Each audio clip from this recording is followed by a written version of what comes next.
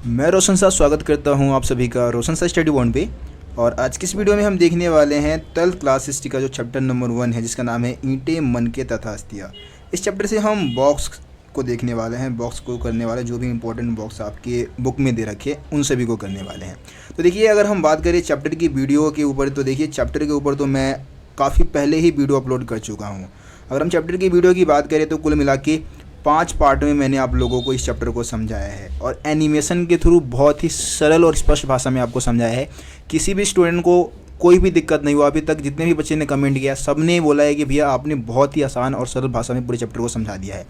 इसके अलावा chapter complete करवाने के बाद मैंने इंपॉर्टेंट क्वेश्चन के ऊपर भी वीडियो बना दिया है। जो भी चैप्टर से लगभग 10-12 क्वेश्चन इंपॉर्टेंट बनते थे वो मैंने करवा दिए हैं।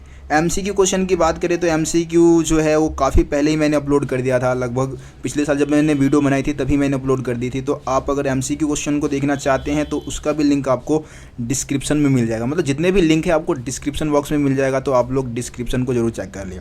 अब सवाल बताइए कि भैया ये बॉक्स हम करें क्यों? ठीक है, 3 रंग के बॉक्स आपके बुक में दे रखे हैं। मैं एक बार आपको बुक के अंदर लेके जाके दिखाना चाहता हूँ। दोस्तों, अगर आप बुक में देखेंगे तो ये लगभग 4 बॉक्स दे रखे हैं। 4 अलग अलग कलर में बॉक्स आपको देखने को मिल जाएगा, जिसमें से इस कलर की जो बॉक्स दे रखा है, ऐसे रंग में जो आपको बॉक्स नजर आएगा गुलाबी रंग में, उसमें समपिक्ष जो अर्थ है उसके बारे में बताया जाएगा। अतिरिक्त जानकारी जो है आपको इस रंग के बॉक्स में देखने को मिल जाएगा। ठीक है, और विस्तृत परिभाषा आपको इस रंग के बॉक्स में देखने को मिलेगा। आखिर में देखिए, ये एक स्रोत आधारित जो भी बॉक्स है वो आपको बैगनी रंग के बॉक्स में देखने को मिलेगा।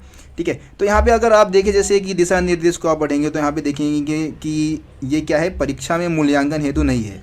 तो भैया अब हम इसको करें क्यों? देखिए, परीक्षा में मूल्यांकन हेतु ना होने का मतलब ये नहीं कि हम इसको समझेंगे नहीं, समझना हमारे लिए ज़रूरी है। लेकिन मेरे को लगभग 4 से 5 साल हो गया बच्चों को पढ़ाते हुए। हिस्ट्री पढ़ाता हूँ मैं, पॉलिटिकल साइंस भी पढ़ाता हूँ। तो वहाँ पे मैंने देखा है कि जब मैं खुद सीबीएसई बोर्ड दिया था तो उस समय क्या था कि बॉक्स में से सही में क्वेश्चन नहीं पूछा जाता था, क्योंकि उस समय एमसीक्यू क्वेश्चन आते नहीं थे, शॉर्ट और लॉन्ग क्वेश्चन ही आया करते थे। लेकिन अब मैं देख रहा हूँ कि लगभग 3 सालों से क्या है कि एमसीक्यू क्वेश्चन को भी ऐड कर दिया गया है।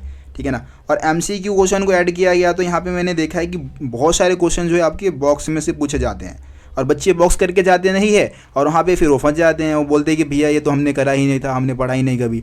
ठीक है, जो भी टीचर होंगे ना, स्कूल के टीचर भी, वो बॉक्स वगैरह को रीड भी नहीं करवाते हैं, ऐसे ही निकल जाते हैं। और यूट्यूब पे कोई भी बॉक्स को नहीं समझाता है। आप अगर सर्च मार के देख ले, कहीं भी किसी ने बॉक्स के ऊपर वीडियो बना ही नहीं रखा है, कुछ समझा नहीं रखा है।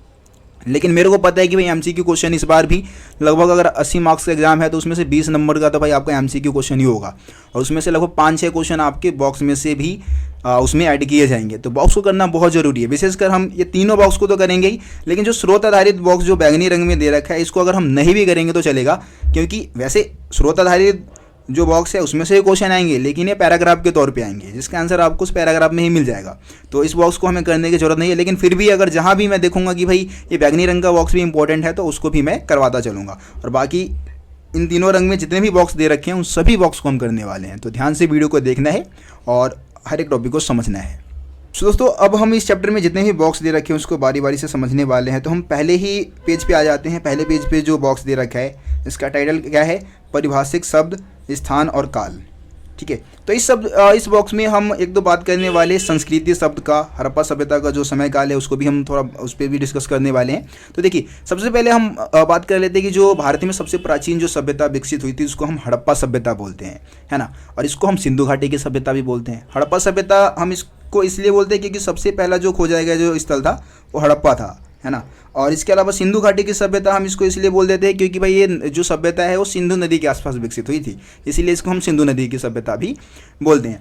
अब बात करते हैं भाई ये संस्कृति है क्या? संस्कृति शब्द से आप क्या समझते हैं? तो बुक में तो भाई थोड़ा सा कठिन परिभाषा दे रखा है। हम पहले इसको क्या करते हैं, सिंपल भाषा में समझ लेते हैं कि भाई ये संस्कृति है क्या। देखिए, संस्कृति एक तरीके से हम बात करें जैसे कि हम संस्कृति में क्या करते हैं, किसी जगह के लोगों के खान पान की बात करते हैं, उनके क्रियाकलाप की बात करते हैं, उनके रहन सहन की, भाई उनका रहन सहन कैसा है, किस प्रकार के घरों में रहते हैं, है ना, कैसी भाषा बोलते हैं, ये सब क्या है, संस्कृति में आ जाता है। ये सब संस्कृति है। ठीक है, तो पूरा तात्पर्य क्या करते हैं, संस्कृति शब्द का प्रयोग पूरा वस्तुओं के ऐसे समूह के लिए करते हैं जो विशिष्ट शैली के होते हैं। मतलब जैसे कि मान लो मिट्टी के बर्तन है, कोई पूरा वस्तु है जो जैसे कि मिट्टी का बर्तन हम बात कर लेते हैं, तो मिट्टी का बर्तन अगर मान लो कि एक जैसे हैं, सेम है, तो हम समझ लेंगे कि भाई ये एक ही संस्कृति से संबंध रखते हैं। है ना। आगे क्या दे रखा है कि भाई ये सामान्यतः क्या होते हैं, एक विशेष भौगोलिक क्षेत्र तथा कालखंड से संबंध पाए जाते हैं। मतलब कोई भी अगर कोई चीज़ है, कोई मिट्टी के बर्तन है, कोई मकान है, ये सब संस्कृति में आ जाता है। तो मान लो कि खुदाई के दौरान वो चीज़ें हमें मिली है, तो वो या तो एक जैसे होंगे, है ना, कोई एक भौगोलिक क्षेत्र से संबंध होगा उसका, या किसी एक समय कालखंड मतलब क्या है कि कालखंड का मतलब है कि किसी एक विशेष समय काल में वो पाए गए होंगे। ठीक है, ये यहाँ पे मतलब बता रखा है संस्कृति का। अब जैसे कि हम बात कर लेते हैं, जैसे हम मोहरों की बात कर ले, है ना, हम मनके की बात कर लेते हैं, बाट है, पत्थर है, तो ये सारी चीज़ें अगर हम बात करें तो मान लो कि कहीं से पाया गया है तो एक जैसे होंगे, तो हम समझ ले जाएंगे कि भाई ये किसी विशेष संस्कृति से संबंध रखता है। जैसे कि हम हड़प्पा सभ्यता के बाटों की हम बात कर लेते हैं, तो मान लो कि 10, 15, 20 बाट मिले हैं और बिल्कुल एक जैसे ही है ना, तो हम अनुमान लगा लेंगे ना कि भाई ये जो बाट है वो किसी एक संस्कृति से संबंध रखते हैं। ठीक है, तो ये हो गया आपका संस्कृति के बारे में। अब सिंपल सी बात, अगर हम सिंपल शब्द में अगर हम संस्कृति की बात करें तो संस्कृति शब्द का मतलब होता है कि किसी लोगों के रहन सहन की हम इसमें बात करते हैं, उनके क्रियाकलाप, उनके खान पान की बात करते हैं, तो ये संस्कृति शब्द में आ जाता है। अब बात करते हैं इसके डेट के बारे में। आपको पता है कि जो हड़प्पा सभ्यता का जो समय काल है वो 2600 ईसा पूर्व से लेकर 1900 ईसा पूर्व इसका समय काल निर्धारित किया गया इतिहासकारों द्वारा। लेकिन इसको हम कुल मिला के हड़प्पा सभ्यता को भी ना हम 3 भागों में बांटते हैं। इसके समय काल को हम कितने भागों में विभाजित करते हैं? 3 भागों में। एक है आरंभिक हड़प्पा सभ्यता, एक परिवर्ती हड़प्पा सभ्यता और एक विकसित हड़प्पा संस्कृति या विकसित हड़प्पा सभ्यता हम बोल देते हैं। तो भैया ये तीनों में अंतर क्या है? आरंभिक हड़प्पा सभ्यता क्या है? सबसे पहले हम आरंभिक हड़प्पा सभ्यता की बात कर लेते हैं। देखिए, ये जो 2600 ईसा पूर्व से 1900 ईसा पूर्व का जो डेट है ना, ये हड़प्पा सभ्यता का समय काल है। और कौन से हड़प्पा सभ्यता का समय काल है? तो विकसित हड़प्पा सभ्यता का समय काल है। ये चीज़ आप समझ ले, ठीक है। क्योंकि इस समय क्या था कि अच्छे मकानों में लोग, हड़प्पा वासी जो थे, अच्छे मकानों में रहा करते थे। नगर बिल्कुल नियोजित तरीके से बसाई गई थी 2600 ईसा पूर्व से 1900 ईसा पूर्व में। लेकिन जाहिर सी बात है कि ये नगर एकदम से तो विकसित हुए नहीं होंगे। पहले वो भी झोपड़पट्टियों में रहा करते होंगे, शिकार करते होंगे, व्यापार वगैरह के बारे में पता नहीं होगा, उतना व्यापार का विकास नहीं हुआ होगा, है ना। तो उससे पहले, मतलब 2600 ईसा पूर्व से पहले जो हड़प्पा सभ्यता के लोग थे या जो बस्तियां उन जगहों पे बनाई गई थी, उसको हम आरंभिक हड़प्पा सभ्यता बोलेंगे। और 1900 ईसा पूर्व के बाद क्या हुआ? हड़प्पा सभ्यता तो भाई खत्म हो गया। अब खत्म एकदम से तो हुआ नहीं होगा, धीरे धीरे ही लुप्त हुआ होगा। तो 1900 ईसा पूर्व के बाद जिस हड़प्पा सभ्यता का विकास थोड़ा, मतलब 100-200 साल जो विकसित रहा था या मतलब चल रहा था, उसको हम परिवर्ती हड़प्पा सभ्यता बोलते हैं। और ये जो 2600 ईसा पूर्व से 1900 ईसा पूर्व का जो डेट है, इसको हम विकसित हड़प्पा सभ्यता बोलते हैं। तो मैं उम्मीद करता हूँ कि आपको परिवर्ती हड़प्पा सभ्यता, आरंभिक हड़प्पा सभ्यता और विकसित हड़प्पा सभ्यता में अंतर क्या है वो समझ में आ गया होगा। अब आगे बढ़ते हैं दोस्तों। अगर हम अगले पेज पे और बॉक्स को देखें तो इसमें ईसा पूर्व और ईसवी में अंतर बता रखा है। बहुत सारे बच्चों को पता भी होगा वैसे, लेकिन जिन बच्चों को नहीं पता है तो उनको मैं बहुत ही आसानी से इसको समझाने वाला हूँ। ध्यान से आप इसको समझिए। देखिए, डेट को क्या करते हैं हम समझने के लिए 2 भागों में विभाजित करते हैं। एक तो आपका है ईसा पूर्व और दूसरा है आपका ईसवी। ठीक है, ईसवी सन। अब ईसा पूर्व को हम इंग्लिश में क्या क्या लिखते हैं? देखिए, ईसा पूर्व को हम BC भी लिख देते हैं,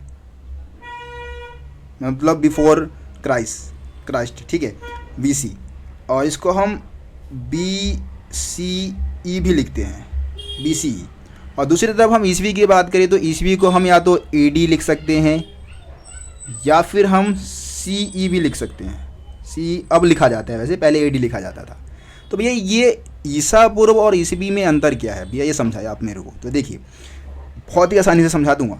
ईसा पूर्व यानी कि ईसा मसीह का जन्म जो हुआ था ना, उससे पहले का जो समय काल है उसको हम ईसा पूर्व बोल देते हैं। और ईसा मसीह का जो जन्म हुआ और उनके जन्म से बाद का जो भी डेट होगा वो सब किस में आ जाएगा? ईसवी में आ जाएगा। अब भाई ईसा पूर्व को इंग्लिश में हम BC बोलते हैं। BC का मतलब आपको मैंने बता दिया, बिफोर क्राइस्ट। और AD का मतलब होता है एनो डोमिनी, यहाँ पे लिखा भी है, ठीक है ना, एनो डोमिनी।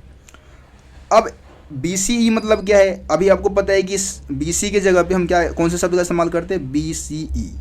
अब देखो, यहाँ पे BCE का मतलब ही बता रखा है आपके बुक में, बिफोर कॉमन एरा, ठीक है। और C का मतलब क्या बता रखे? C का मतलब बता रखे है कॉमन एरा, ठीक है। तो बस आपको इतना याद रखना है। आप हिंदी मीडियम के स्टूडेंट हैं तो वहाँ पे ईसा पूर्व जरूर लिखा होगा। ईसा पूर्व यानी कि ईसा मसीह के जन्म से पहले का समय काल, और ईसवी यानी कि ईसा मसीह के जन्म के बाद का समय काल, ठीक है। इसके अलावा अगर आप ईसा पूर्व और ईसवी को और अच्छे से समझना चाहते हैं तो इसके ऊपर मैं एक अलग से वीडियो बना चुका हूँ। मैंने जब यूट्यूब चैनल स्टार्ट किया था ना 1 साल पहले, तब मैंने इसी वीडियो से, इसी टॉपिक से मैंने यूट्यूब चैनल की शुरुआत की थी। तो आप लोग जाएंगे और जाके उस वीडियो को देख लेंगे तो आप आसानी से ईसा पूर्व और ईसवी को ज़्यादा समझ सकते हैं। और इसके अलावा ईसा पूर्व और ईसवी में क्या होता है ना कि कई बच्चे कन्फ्यूज रहते हैं, क्योंकि जो ईसा पूर्व है वो घटते क्रम में दिखाया जाता है और ईसवी को हम बढ़ते क्रम में दिखाते हैं। तो इस चीज़ को भी आप उस वीडियो को देखने के बाद आसानी से समझ जाएंगे। अब देखिए अगले पेज पे जो बॉक्स दे रखा है भाई बिल्कुल भी इंपॉर्टेंट नहीं है, तो इसको हम क्या करते हैं, छोड़ देते हैं, रहने देते हैं। आगे बढ़ते हैं हम। ये तो बैंगनी रंग का बॉक्स है भाई, इसको करने की ज़रूरत नहीं है। हम इसको पेज नंबर 6 पे जो बॉक्स दे रखा है उसको समझ लेते हैं। यहाँ पे आपको जनरल कनिंघम के बारे में बता रखा है। जनरल कनिंघम कौन थे भाई? भारतीय पुरातत्व सर्वेक्षण के डायरेक्टर जनरल थे और इनको भारतीय पुरातत्व का जनक भी माना जाता है, क्योंकि इन्होंने ही मतलब खनन कार्य वगैरह जो है वो भारत में शुरुआत की थी इसकी। और 1875 में ये भारतीय पुरातत्व सर्वेक्षण के डायरेक्टर जनरल बने थे। तो यही मेन चीज़ इसमें बता रखी है और कोई खास जानकारी इसमें नहीं है। आगे बढ़ते हैं, ये है दुर्ग के बारे में। भैया दुर्ग आपको पता है कि हड़प्पा सभ्यता में जो बस्तियों का विभाजन किया गया था वो 2 भागों में किया गया था। एक तो आपका हो गया दुर्ग, ठीक है। दुर्ग मतलब जो ऊंचाई पे बनाया गया था और काफ़ी छोटा भी होता था, ऊंचाई पे बनाया जाता था और इसको किले द्वारा घेरा जाता था। दूसरा जो था वो आपका निचला शहर था, है ना। निचला शहर यानी कि जो नीचे की तरफ बनाया गया है और ये काफ़ी बहुत बड़ा होता था, बहुत ही दूर तक फैला होता था। तो ये निचला शहर और दुर्ग के बारे में आपको वैसे एनसीईआरटी लाइन में भी बता रखा है। अगर आप लोगों ने वीडियो को देखा होगा तो आपको इन दोनों के बीच में अंतर जो है वो आपको पता होगा, ठीक है। आगे बढ़ते हैं, अगले पेज पे बॉक्स देखते हैं हम। हाँ, यहाँ पे आएगा संचय शब्द। अब देखो भाई, संचय बहुत ही आसान है। संचय मतलब होता है किसी चीज़ को इकट्ठा करना। अब पुराने समय के लोग भी क्या करते थे, बहुत सारी चीज़ों को इकट्ठा करते थे। कोई तरल पदार्थ है या कोई धातु है, सोने चांदी है ना, तो उसको क्या करते थे, वो किसी घड़े में या किसी पात्र में, किसी मिट्टी के बर्तन में चीज़ों को इकट्ठा करके रख देते। उसको हम क्या बोलते हैं, संचय बोलते हैं, ठीक है ना। तो ये संचय एक तरीके से हम मतलब इससे क्या है कि इससे भी पुराने समय में बहुत सारे लोग क्या करते थे भाई, मिट्टी के बर्तन में बहुत सारे सोने चांदी कीमती वस्तुओं को रख के उसको ज़मीन के नीचे दफना देते थे। मान लो कि किसी कारणवश वहाँ पे लूट मच गया या किसी ने हमला कर दिया तो उसको वहीं पे छोड़ देते थे। तो वो चीज़ें भी क्या करता है, इतिहासकारों को हेल्प करता है इतिहास के बारे में जानकारी जुटाने में। आगे बढ़ते भाई। यार इतनी गर्मी में तुम्हारे लिए वीडियो बना रहा हो तो लाइक तो कर सकते हो ना यार, लाइक करो फटाफट वीडियो को, और इसके अलावा शेयर भी कर देना। पंखा चलाऊंगा तो तुम लोग बोलोगे भैया ये क्या आवाज़ पता नहीं कहाँ से आता रहता है। पंखा बंद करके वीडियो बना रहा हूँ तुम्हारे लिए। दोस्तों अब इस पेज पे एक और बॉक्स दे रखा है और बॉक्स का टाइटल क्या है, पूरा स्थल टीले स्तर। तो यहाँ पे हमें टीले के बारे में समझना है और टीले के जो अलग अलग स्तर होते हैं उसको हमने समझना है। तो भैया ये टीला होता क्या है, बहुत ही आसानी से समझाने वाला हो, एग्जाम्पल दूंगा तुम्हारे को, बहुत ही आसानी से समझ में आ जाएगा, ठीक है। देखिए मान लो कि किसी जगह पे ना लोग रह रहे हैं, रहेंगे तो जाहिर सी बात है मकान बनाएंगे और वहाँ पे रहना स्टार्ट कर देंगे। तो हो सकता है कि भाई वो मकान बना के रहना स्टार्ट कर रहे हैं तो वहाँ पे मलबे का क्या हो जाएगा, ढेर लग जाएगा या फिर एक स्तर बन जाएगा, ठीक है। कुछ समय बाद क्या हुआ कि 200 साल 300 साल बाद यहाँ के जो लोग थे ना, उन्होंने क्या किया, इस जगह का त्याग कर दिया और उसके बाद वो कहीं और चले गए या फिर किसी कारणवश मान लो भूकंप आ गया, बाढ़ आ गया। पुराने समय में आपको पता है कि जो हड़प्पा सभ्यता के बारे में कहा जाता है कि वो तो पूरी सिंधु नदी के अंदर समा गई थी, है ना। तो मिट्टी के नीचे दफन हो गई थी पूरी सभ्यता। तो इस तरीके से क्या होगा कि वहाँ पे एक लेवल बन जाएगा, बाढ़ के कारण बहुत सारा मलबा आएगा, मिट्टी आएगा, उसके नीचे नगर, पूरे के पूरे जो नगर है वो क्या हो गए, दफन हो गए। उसके ऊपर एक क्या बन गया, स्तर बन गया, एक टीला बन गया। अब आगे क्या होगा कि उसी के ऊपर लोग दोबारा आएंगे। मान लो बाढ़ खत्म हो गया और दोबारा लोगों ने क्या किया, दोबारा वहाँ पे रहना शुरू कर दिया, घर बनाए उसके ऊपर ही क्या किया, उन्होंने दोबारा घर बना लिया और उसके ऊपर रहना स्टार्ट कर दिया। फिर मान लो 200 साल 300 साल 500 साल 1000 साल रहे। उसके बाद दोबारा से क्या हुआ, यहाँ के जो लोग थे वो कहीं और चले गए, कुछ कारणवश यहाँ पे फिर से तबाही आ गई और ये पूरा का जो यहाँ के जो लोगों के जो घर थे वो पूरी तरीके से दफन हो गए। तो इससे क्या होगा, देखो लेवल बन रहा है, अलग अलग टीले का अलग अलग स्तर बन रहा है। मिट्टी का मलबा जमा हो गया ना, और मिट्टी का मलबा ही क्या कहलाएगा, टीला कहलाएगा। मतलब किसी जगह का बार बार इस्तेमाल करने से और उसका त्याग करने से क्या होगा, मिट्टी का एक तरीके से मलबा इकट्ठा हो जाएगा और उस मलबे को हम क्या बोल देंगे, टीला बोल देंगे। अब मान लो कि जो मलबा मतलब ये जो टीला है मान लो टीला का जो स्तर है, अलग अलग स्तर है, ये हमने पहला स्तर लिया, उसके बाद हमने दूसरा स्तर लिया, उसके बाद हमने तीसरा स्तर लिया। तो जाहिर सी बात है कि टीला का जितना निचला स्तर होगा ना, वो उतना ही प्राचीन होगा, उतना ही पुराना होगा, और टीले का जो ऊपरी स्तर होगा वो उतना ही नवीन होगा, यानी कि नया होगा।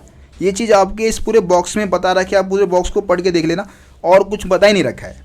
ठीक है, मतलब टीले का जो निचला स्तर है वो पुराना है सबसे, और ऊपरी स्तर जो होगा वो नया होगा। ठीक है, तो इस बॉक्स में यही चीज़ें बता रखी है, जिसको आप रीड ज़रूर कर ले। आगे बढ़ते ही भाई, इस बॉक्स में भी कोई खास जानकारी नहीं दे रखी है, वो आई.एम. व्हीलर के बारे में है, फालतू की चीज़ें इसमें बता रखी है, करने की कोई ज़रूरत नहीं है हमारे को इसको।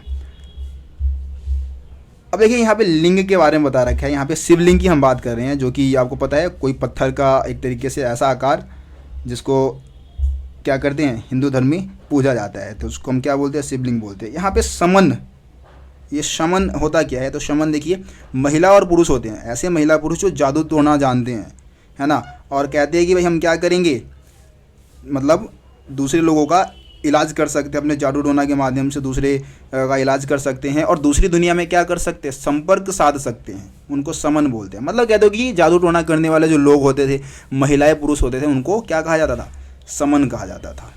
ठीक है, आगे और कोई खास जानकारी नहीं दे रखी है। अगर आप देखेंगे यहाँ पे तो भाई काल रेखा है, काल रेखा के बारे में बता दूं कि यहाँ से आपके पेपर में कोई क्वेश्चन नहीं पूछा जाएगा। ठीक है, ये बस अतिरिक्त जानकारी के लिए दे रखे हैं, कोई क्वेश्चन इस कालखंड से नहीं आने वाला है।